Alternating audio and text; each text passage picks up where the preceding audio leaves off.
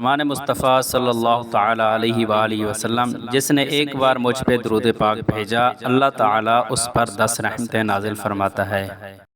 السلام علیکم دوستو، اگر آپ حدیث شریف سننا پسند کرتے ہیں تو برائے مہربانی ہمارے چینل کو ضرور سبسکرائب کر لیں۔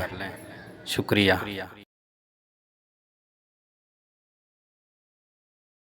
دو حدیثوں کا خلاصہ ہے، جس نے بسم اللہ کہہ کر وضو کیا اس کا سر سے پاؤں تک سارا جسم پاک ہو گیا، اور جس نے بغیر بسم اللہ کہے وضو کیا اس کا اتنا ہی بدن پاک ہوگا جتنے پر پانی گزرا۔ حدیث پاک میں ہے کہ باوضو سونے والا روزہ رکھ کر عبادت کرنے والے کی طرح ہے۔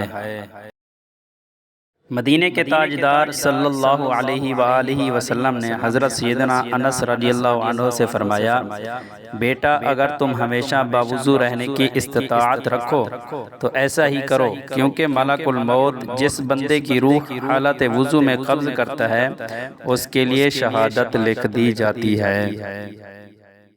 اللہ عز و جل نے حضرت سیدنا موسیٰ کلیم اللہ علی نبینا و علیہ السلام سے فرمایا، اے موسیٰ اگر بے وضو ہونے کی صورت میں تجھے کوئی مصیبت پہنچے تو خود اپنے آپ کو ملامت کرنا۔ حدیث پاک میں ہے، جس نے اچھی طرح وضو کیا اور کلمہ شہادت پڑھا اس کے لیے جنت کے 8 دروازے کھول دیے جاتے ہیں، جس سے چاہے اندر داخل ہو۔